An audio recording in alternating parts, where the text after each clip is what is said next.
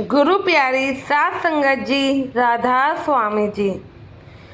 संगत जी, हम जब भी क्या कहते हैं सेवा करते हैं, सत्संग जाते हैं या फिर भजन सिमरन भी करते हैं, तो क्यों हम उस रब से हमेशा मांगते हैं या फिर शिकायतें ही करते हैं?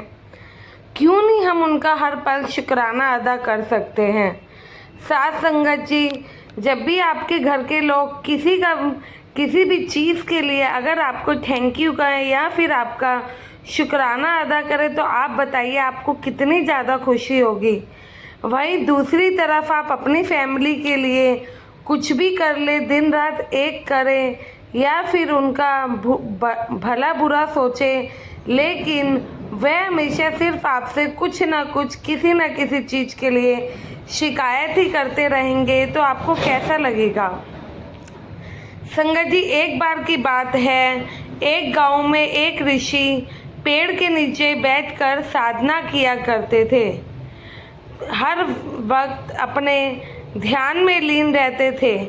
गांव के आसपास लोगों को यही लगता था कि इन साधु बाबा की भगवान से डायरेक्ट बातचीत होती है, तो अक्सर लोग उनके पास अपनी परेशानियां लेकर आया भी करते थे। साथ संगत जी, जब हम दुनियावी दिखावे से दूर निकलकर भगवान में लीन हो जाते हैं, खुद को भगवान की भक्ति में लीन कर देते हैं, तो भगवान भी हमें खुद अपने दर्श देते हैं। और यह बात बहुत ही सालों पुरानी है, जब ऋषि मुनि साधना किया करते थे। तो वहीं एक तरफ एक दिन साधु जी के पास एक बहुत बड़ा सेठ आता है और उनसे आकर कहता है कि भगवान ने मुझे बहुत दे दिया है, अगर अब की बार आपकी उनसे बात हो तो कह देना कि वो मुझे अब देना बंद कर दे, जितना उसने दिया है उतना ही ठीक है। तो साधु महाराज जी भी कहते हैं, ठीक है, अगर मेरी बात उनसे होगी तो मैं तुम्हारा ये बात उन तक पहुंचा दूंगा। वहीं दूसरी तरफ एक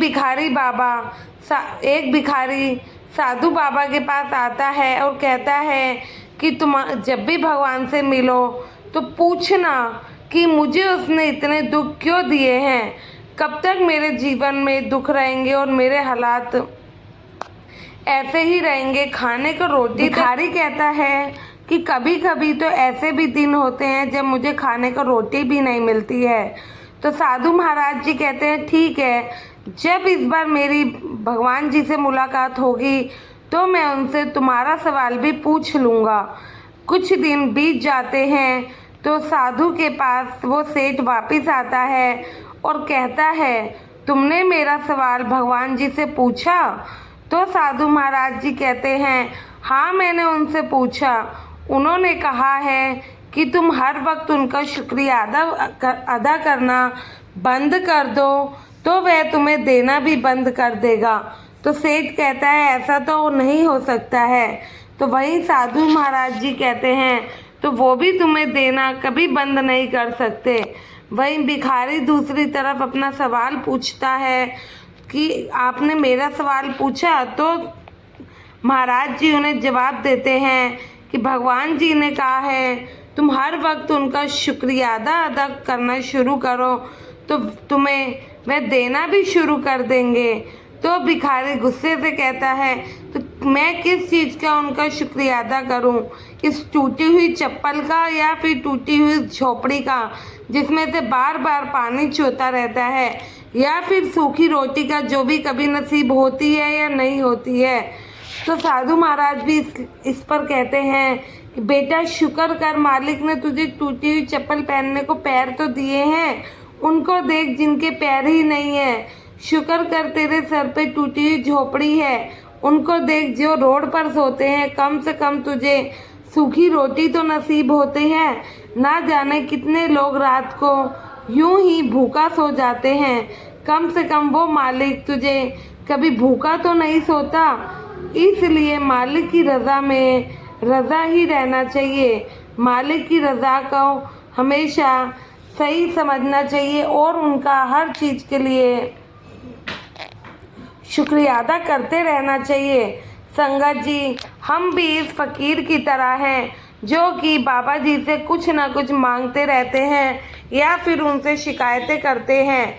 संगत जी, कभी लिस्ट बनाकर देखना उन चीज़ों की जो कि मालिक ने आपको बख्शी है। आपको अपने आप समझ आ जाएगा, या फिर आपको बाबा जी से उन चीज़ों के लिए शिकायतें नहीं होंगी जो कि उन्होंने आपको नहीं दिया है। अगर हमारा गुरु हमारे लिए कुछ करते हैं तो वे सोच समझ कर ही करते हैं। हमें उनको हर सांस के लिए शुक्राना अदा करना चाहिए, हर दिन के लिए शुक्राना अदा करना चाहिए। बस डेली उठे तो उस सद्गुरु का हर चीज़ के लिए शुक्राना अदा करें जो कि आपके कुल मालिक ने आपको बख्शी है। इससे उन्हें भी खुशी होगी कि उनके बच्चे उनको एप्रिशिएट करते हैं, उनकी दी हुई बख्शिशों को समझते हैं और हर पल उनका हर चीज़ के लिए शुक्राना अदा करते हैं उस मालिक को जिसने ये दुनिया बनाई। इसलिए अब से डेली यह कहना शुरू करें, हे मालिक तेरा शुक्र है, जो भी तूने बख्शा है उसके लिए तेरा शुक्र है। इतना ही कह देने से मालिक को खुशी मिल जानी है। संगत जी, आशा है ये छोटी सी साखी आपको ज़रूर अच्छी लगी होगी और आपसे विनती भी करती हूँ, साखियाँ सुनना आपको पसंद हो तो चैनल को सब्सक्राइब कर लीजिएगा। इसी तरीके की आपके लिए चैनल पे नई नई साखियाँ आती रहेंगी। गुरु प्यारी साथ संगत जी, आप सभी को राधा स्वामी जी।